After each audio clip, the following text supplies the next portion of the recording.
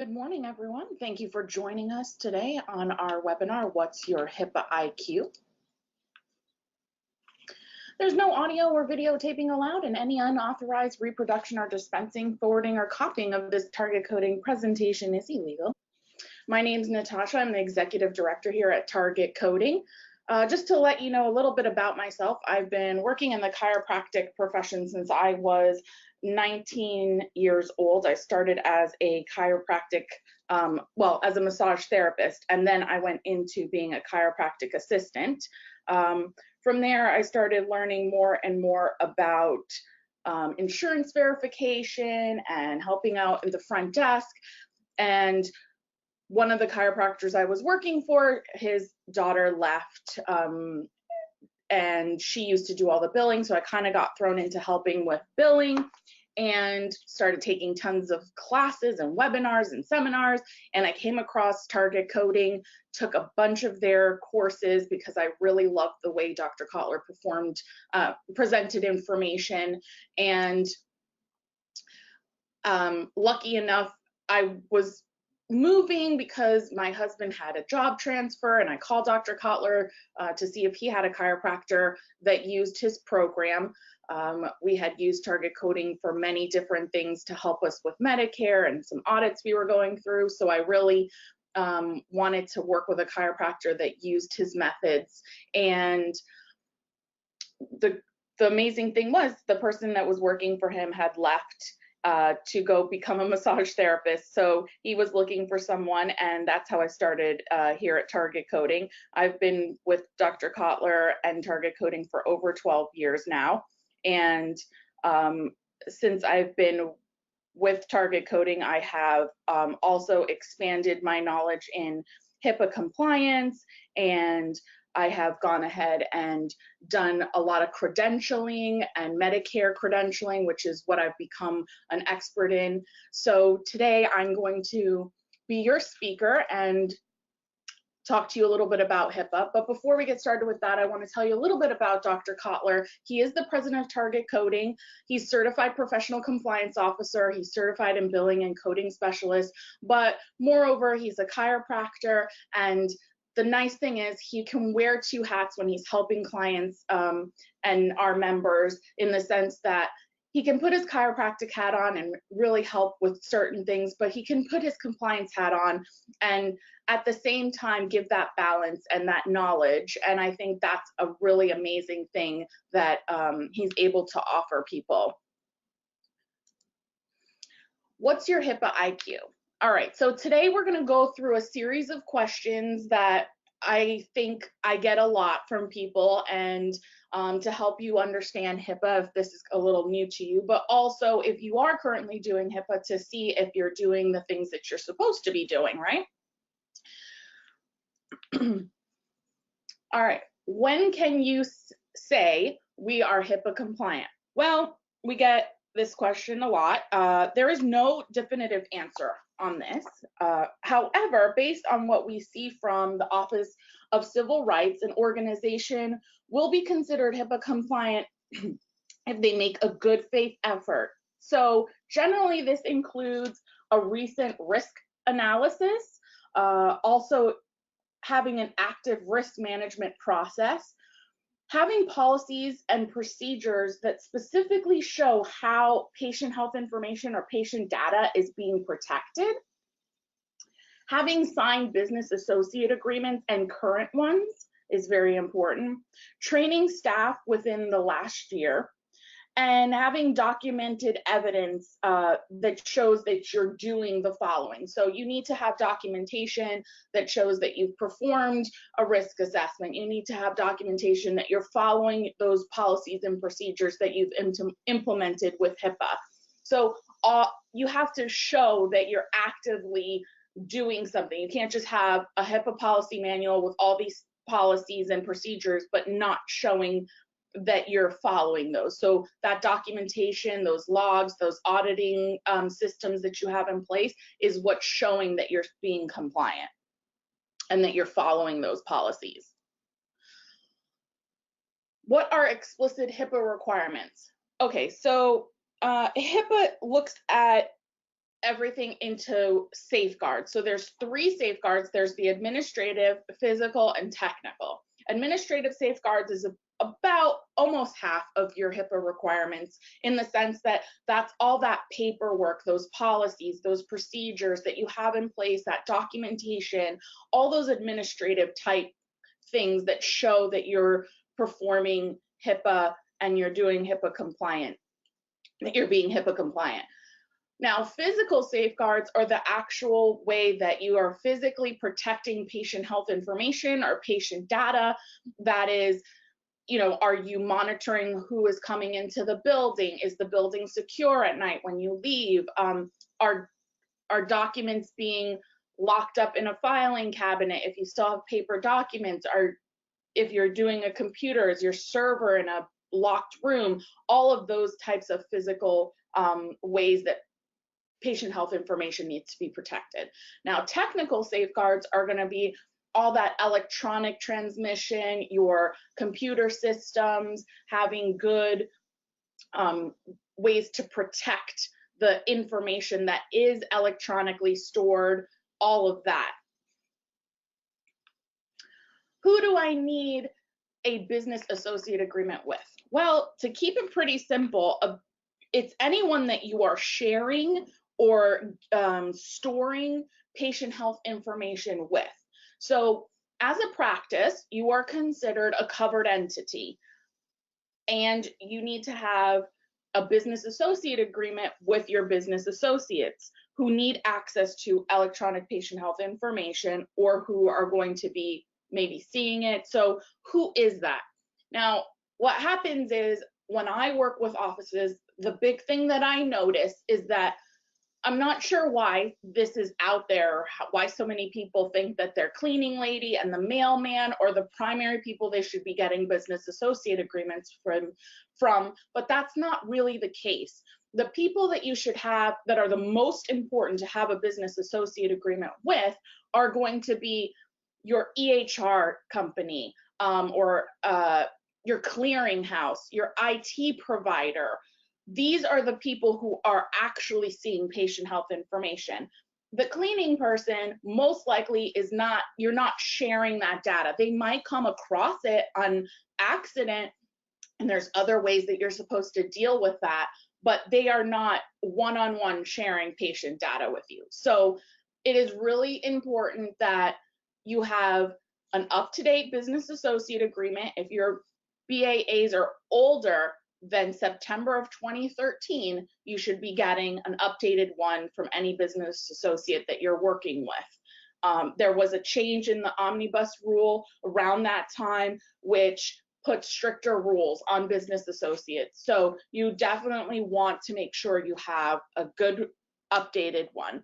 Now, if you're working with a larger company like Microsoft or Google, like if you're using G Suite, they are not going to send you a paper BAA. It's normally done electronically, where you show that, and then you can keep a screenshot of that, or you can print it out, but you're not going to get an actual paper business associate agreement from these larger organizations. Do I need to retrain my employees every year? Well, to be very simple, the answer is yes. The reason this is if you don't, when you do your risk assessment, it's going to show up, and it does not look good to HIPAA if you're not consistently training your staff about what the regulations are, etc. Not only that, right now, HIPAA has just changed so much over the years, in the sense that, we used to be concerned about paper files and patient health information maybe getting out that way. But now everything is so electronic. We're in such a technical age, and things are moving so fast. It's really important that your staff understand how to protect patient health information, what's going on in the industry. We have a lot of issues with hackers getting into systems very easily, and most of the time that happens because a staff member opens up an email, clicks on something, or goes on a website that is, a phishing website, and they infect the computer. So that's how a lot of the time hackers get into your systems. And if staff don't understand how to be aware of phishing emails, how to be aware of phishing websites, how to protect patient health information by, having good passwords, etc., just that kind of basic understanding and knowledge, then you're making yourself more at risk. And training your staff on a yearly basis is keeping them up to date on the changes that are happening in a technical way with technology and the changes that are occurring in that arena. Can I send emails to patients? You can send emails to patients, but you have to be aware that if you are transmitting anything, according to HIPAA, once you're transmitting information, patient health information, or EPHI, electronic patient health information, then at that point you need to encrypt that information. So if you are not using an email platform that encrypts any patient data that you're sending out, then you're not, you're in violation. You're not supposed to be doing that. Also, you need to have permission from your patients to be emailing them. Make sure that it's okay to send them emails as well. Now let's back up a little bit. If you're just emailing paperwork to a patient to bring in, that doesn't have to be encrypted. There's no patient health information within that email or in that attachment. But once you start transmitting information that has a patient's name, date of birth, diagnosis code, etc., even financial information, you're already transmitting patient health information, and that has to be encrypted. And you need to use an email platform that can do that for you or be turned on when you do send that type of information to someone. Is ransomware a reportable breach? Excuse me. This is very possible, it may be, but first you have to have an investigation and find out all the facts first. A lot of times you need to get an IT provider involved, and you should, first you should be making all attempts to prevent any type of ransomware attack. I have an office this recently happened to. They came in the morning and all their computers, all 7 computers had been infected and no one can get into the information.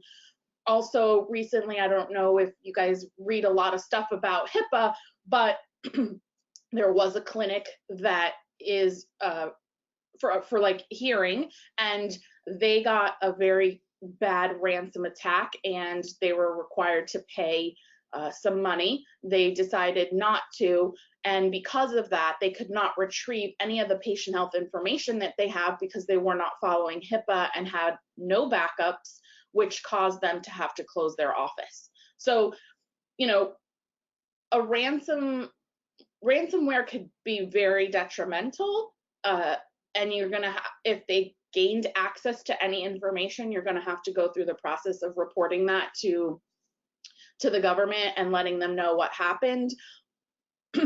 But if you're doing things to prevent that, if you're following your HIPAA work plan, you're doing your data backups, you're doing everything you're supposed to be doing, then a lot of times they might not have gained access to any information. They just got access to your computers, but they can't get into any of the other data. So, you have to investigate, you have to get an IT provider involved to help you know that for sure. What is the difference between a security incident and a breach? Okay, so a security incident is when you're in the process of investigating something. So something happens, now the security officer in your office needs to start investigating to see what happened, when did it happen, what patient health information was obtained, all of these different things. And then once you follow that plan, then you have to determine if it's a breach or not. So for instance, anytime something happens, your security officer is supposed to have a form or a log that they fill out and go through the process to see if they have any kind of breach has occurred. If you have a breach occur, then at that point, once you've done your investigation, then you might have to report that. So a lot of times people are like, wait, I have to report a breach if I have less than 500 records, obtained or taken? And the answer is yes. I think many people associate 500 record breach as a cutoff point for having potential HIPAA issues, and that's not so. While breaches over 500 records have more stringent reporting requirements, all breaches must be reported. And it surprises a lot of people when I tell them this, because they thought that only the large breaches are the ones that need to be reported. So breaches that are less than 500 can be reported to HHS on an annual basis. That is a little bit different. And then deadline is normally March 1st of, that following year that the breach happened. And now if it's larger than 500, then you have to report it within 60 days. How often should I perform a risk assessment? Okay, so the thing with a risk assessment is a lot of people say, well, HIPAA regulation says that they allow you to perform a risk assessment, as frequent as you deem appropriate. So what happens is, I notice with a lot of offices I work with, they do one in the very beginning when they start their HIPAA process, and then they never do one again. And the problem with that is when a lot of time goes by, you don't realize all the new things you've implemented, what you've forgotten to do, and before you know it, it's gotten really out of hand. So I am a firm believer to perform a risk assessment every year or every other year, but you should not go more than that. If you are performing one every year, you're staying really on top of what you're doing. It makes managing your HIPAA a lot less stressful because you're just moving forward with whatever you've been doing and making small adjustments. When long periods of time go by, sometimes you forget about changes you've made. Maybe you've got a new software or a new computer in the office, or an employee left and now you have a new employee. All those things need to be updated, and those processes need to be changed if something happens. And if you're not consistently doing a risk assessment on an annual basis, it just doesn't look good if a HIPAA officer comes in and you did one once or two and you haven't done another one, and then they ask you questions and you're like, oh, well, we don't have a server anymore, we've gone cloud-based, or whatever the case may be. So you want to keep that in mind. That's why anyone that I work with, we always do one at the beginning of the year, or when they, on a yearly basis at least, to keep that up to date, and then put a new work plan in place so that you don't feel so overwhelmed. Do I need to perform a vulnerability scan? Well, yes, identifying technical vulnerabilities is a requirement of HIPAA security rule. So the security rule requires entities to evaluate risk and vulnerabilities in their environments. And doing a vulnerability scan is a very easy way for an IT provider to put a program on your computer to see where you might have vulnerabilities, and then they go ahead and will mitigate that. Once they do that, they'll give you a report showing where they found any deficiencies and then what they did to fix those. And keeping that report to show HIPAA that at least on a yearly basis you're doing that to protect your computers will really be good for you if you got hacked or anything else happened, because you can show that you actually were actively checking your systems to make sure that someone couldn't get in or obtain patient health information. And if someone does, or a system does in some way, then you can show that you were actively trying to protect your systems. Do I need to encrypt my laptop? Well, it's not required to encrypt anything, but I highly recommend encryption, especially for any type of portable device, laptops, iPads, anything like that, because um, if you do lose one of these items, then if it's not encrypted, then you have to report it to HIPAA.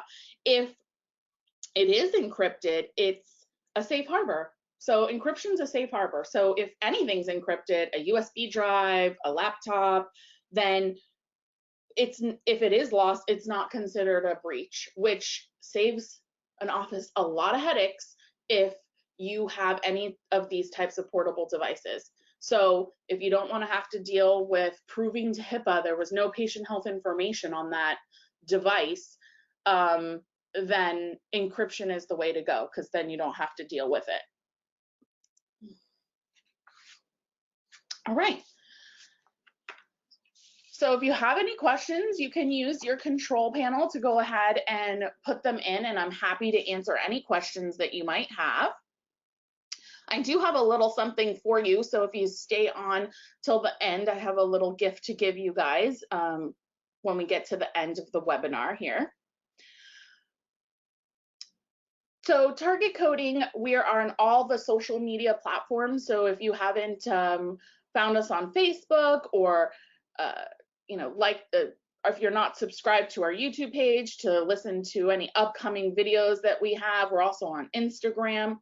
If you need to contact us, you can always give us a call at 1-800-270-7044, or you can email us at info@targetcoding.com. We offer on a range of services and products. We have products that help with staff training, like videos and books. We have guidebooks that help doctors with proper linking and coding. We have tons of different tools to help any office. We also offer a range of services from audit prevention, on-site training, one-on-one hourly consulting, which a lot of people don't realize that we offer. We also do compliance. We have a compliance program as well, and a Medicare compliance program. We have memberships and seminars and webinars. So one of the products that I love that we have, that we put together because people always ask us for forms, is we've created a forms pack. And in this forms pack has all the forms are Word and customizable, and you can do what you like with them when you receive them. But this package has over 23 forms, which is great for HIPAA, over 23 HIPAA forms. Also, there's tons of other great forms that you can see on our website if you want to check out exactly what forms are included besides the 23 HIPAA forms. Also, we offer a compliance HIPAA service. I call it our concierge HIPAA compliance service because truly I am working with our offices one-on-one together for a year. We do everything together. You're not left to figure it out. We have a portal where all your data is stored, as well give you a hard copy manual. So a comprehensive risk analysis is done. I give you a report to let you know where you stand. We put together an action plan. I have a whole online system that allows you to store all those documents, as well as show your HIPAA training to your staff, and it records that training. So it's a great program that we offer. It's also including right now our OIG and Medicare compliance manual. So if you're seeing Medicare patients, you should have one of those manuals. And our HIPAA program right now is including that. So if you're interested in doing HIPAA and you see Medicare patients and need that as well, it's a great opportunity to get both. Every office should have a billing policy manual, regardless if you see Medicare patients. Obviously, it's required by Medicare for you to have an OIG manual, but even if you don't, it's good to have one, because if you ever get audited by an insurance company, or staff ask questions about certain procedures, etc., you have a manual that shows that. And if you need help, we customize those for you, and we're happy to help put one together for your office. We offer on a range of memberships, and I love our memberships because I feel they give every office the opportunity to really have one-on-one help and an expert that they can rely on at any time. So if you're looking for, that support system where you can ask questions or watch some videos and get some additional training, there's just so much that these memberships offer. As you can see, there's an array of options here. If you're not sure what would work for you, give us a call and I'm happy to go over your needs and we can find the right membership for you. Right now, we're offering our 30-day trial if you become a basic member, so you can test drive our membership and get a feel for what we do here at Target Coding and see if it really works for you. We have this exciting program that we're offering right now for offices that have to deal with ASH, and anyone who has to deal with ASH knows what a pain it is. So if you need help with ASH and you want a personalized training just for your office, one-on-one, just your office, no one else, this is a perfect opportunity to have Dr. Kotlar give you great information and walk you through ASH and also helping you transition some of your ASH patients to cash patients properly. We have some great upcoming seminars coming up. We're going to be in Fort Lauderdale on August the 10th. We have 12 CE credits for that class, and it's DCs and CCPAs get credits. So if you're a CCPA and you're looking for CE credits as well, definitely come down to Fort Lauderdale. Also, August 15th, we'll be in Edison, New Jersey. That seminar is 10 CE credits and also offers 2 hours of nutrition. If you're in New Jersey, you need those 2 hours of nutrition. So if you're still missing that, you can come to the Edison seminar or the Newark, New Jersey seminar on August 17th. And we have brought back our cruise seminar. It'll be back April 11th of 2020. So if you're interested in coming to that 7-night cruise, then definitely contact us. Our CA bootcamp starts next week, so if you haven't registered for that or you haven't had your staff registered, definitely join us for that. The first module starts on July 18th.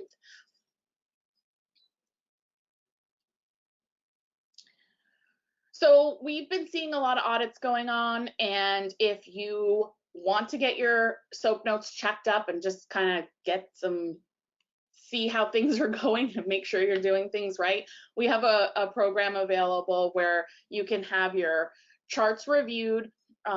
It's really important to be proactive in this day and age, just with the nature of how insurance carriers work. Not only that, sometimes if time goes on, we get stuck in a rut, we might stop doing certain things we were doing in the beginning. It's good to let somebody who's an expert give you a little health checkup, so to speak, on what you're currently doing.